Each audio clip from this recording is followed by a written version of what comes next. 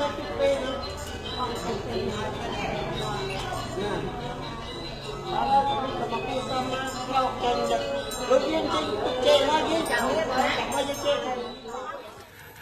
កស្រីប្រិយមិត្តពុកម៉ែបងប្អូនជាទីគោរពការដែលក្រុមការងាររបស់យើងខ្ញុំមកដល់ទឹកដីខេត្តតាកែវនេះគឺដោយមានរឿងចម្លែកមួយដែលល្បីថា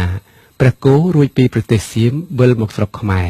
ហើយកំពុងជួយដល់ប្រជាពលរដ្ឋខ្មែរបាទដោយដែលពុកម៉ែបងប្អូនឃើញស្រាប់ហើយបាទខណៈនេះប្រជាពលរដ្ឋយ៉ាងភ្លុកទឹកភ្លុកដីកំពុងតែមកចង់មរុំគោរពនិងឲ្យព្រះគោជួយគ្រប់គ្នាចង់ដឹងការពិតតើមានអ្វីកើតឡើងក្នុងខណៈនេះសូមជួបនឹងប្រសាសន៍របស់អ៊ំស្រីដែលជាម្ចាស់លំនៅឋាននិងម្ចាស់គោនេះដូចតទៅខ្ញុំពីដំបូងមកជិះចាប់តែមកបានដំណើរការដល់ឥឡូវហ្នឹងវាធានាខ្ញុំនៅលើផ្ទះ3ឆ្នាំតាហាមតែចេញក៏កាត់ខ្លងចេញមកបានកូនកាក៏អត់បានទៅការឲ្យស្លាប់ក៏អត់បានទៅនៅតែលើផ្ទះតែមកចុះមកក្នុងហ្នឹងអត់បានចាស់បាននៅតែលើផ្ទះគាត់ណាទៅក្នុងប្រាក់ត្រូវបានដើម្បីលោកប្រាក់លោកមិនឲ្យខ្ញុំនៅគ្រប់អង្គមកទៀតដល់លោកប្រាប់ថាទៅរត់ទៅទទួលលោកមកហើយលោកមិនឲ្យទៅផ្នែកតែលោកទៅហោះមកដល់ទៅផ្នែកខ្ញុំទៅទទួលលោកថាទៅជាលោកលើគ្រប់អង្គមរណាទៀតទៅជឿលោកមកនៅលើកោះទៅលើកោះអញ្ចឹងហើយទួទាំងអីទៅគេថា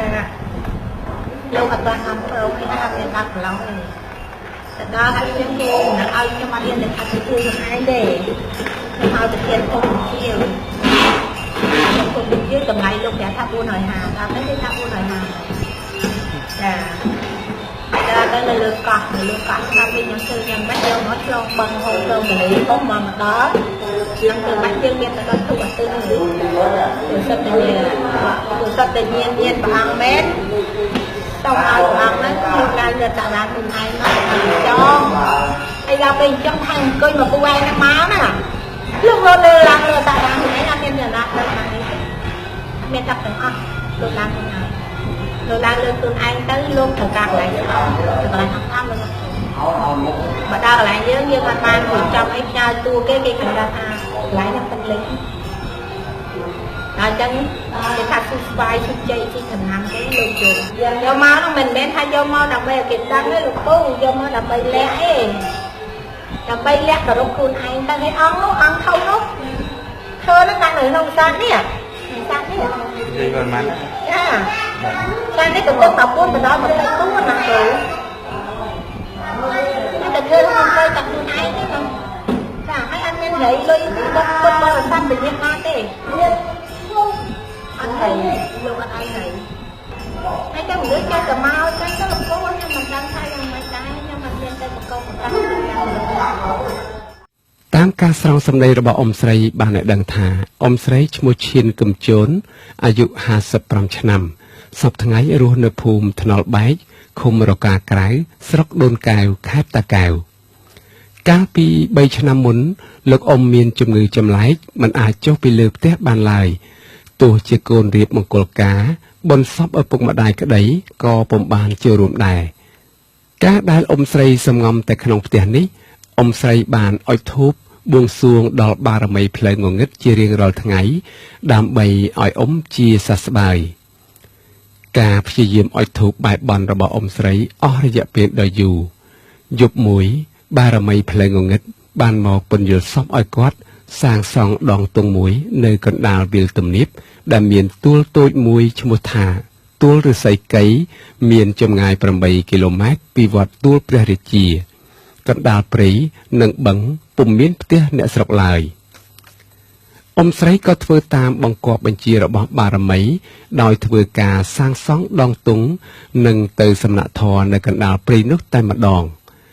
មួយឆ្នាំក្រោយមកអ៊ំស្រីក៏បានជាសះស្បើយពីជំងឺដូចធម្មតាវិញដោយពុំមានប្រើថ្នាំសង្កូវអ្វីឡើយដោយការត្រេកអរនិងការជាសះស្បើយម្យ៉ាងដោយអ៊ំស្រីជាអ្នកមានទ្រព្យសម្បត្តិគួរសមដែរអ៊ំស្រីក៏កសាងប្រាសាទមួយទៀតដើម្បីថ្វាយបារមីហើយបានជាវចម្លាក់ព្រះគោមួយមកតម្កល់ទុកនៅក្នុងប្រាសាទដើម្បីគោរពបូជាចម្លាក់ព្រះគោនេះធ្វើអំពីថ្ម ក្នុងប្រាសាទពុំមានព្រះពុទ្ធរូបឡើយក្រោយមកទៀតបារមីផ្លូវងងឹតក៏បានមកពន្យល់សពគាត់ឲ្យរៀបចំទទួលព្រះគោពិតប្រាកដដែលមកចាប់កំណើតនៅស្រុកខ្មែរជាយូរមកហើយ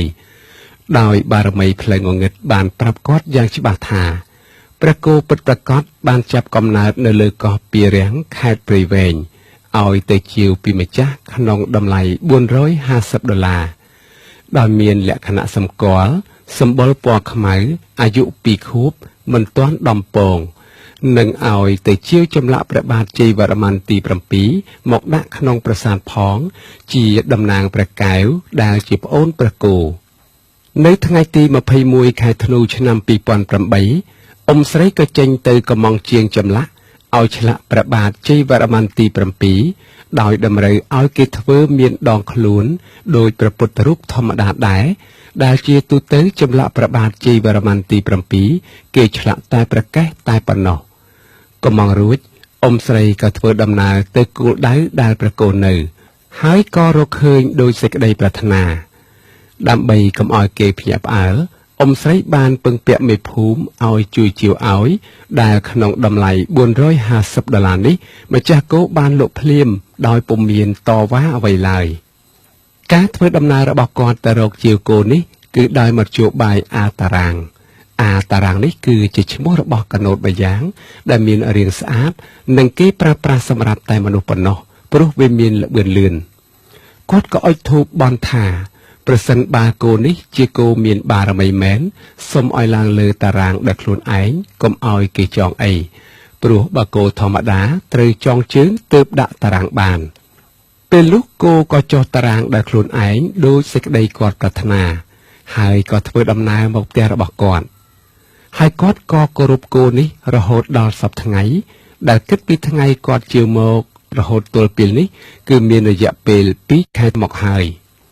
គាត់បានតុបតែងកាយឲ្យគោដោយពាក់ក្រវាត់កជើងទាំង4លើខ្នងនិងលើប្រកេះដោយក្រណាត់ពណ៌មាសមានរំយោលយ៉ាងស្អាតប្រៀបដូចព្រះគោសិលពិតតែម្ដង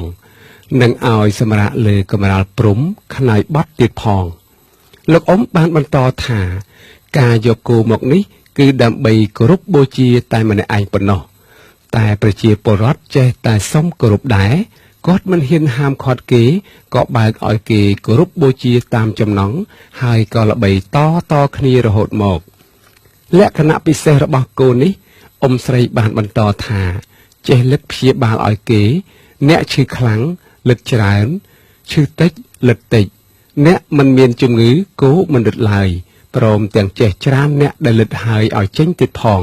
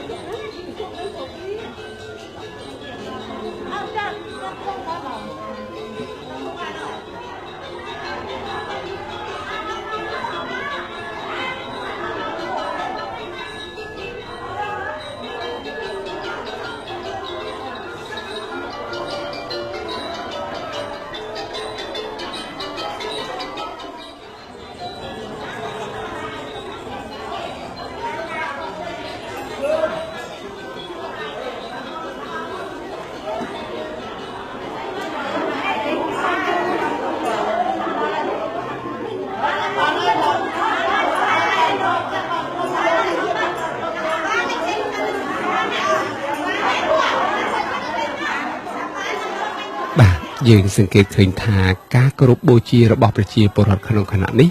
គឺអុជធូបថ្វាយចេកដល់រូបព្រះជ័យវរ្ម័នទី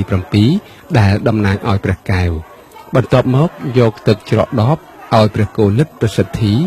ឬអ្នកឈឺក្បាលចុកចង្កេះចុកខ្នងឲ្យគោលិតចំកន្លែងឈឺតែម្ដង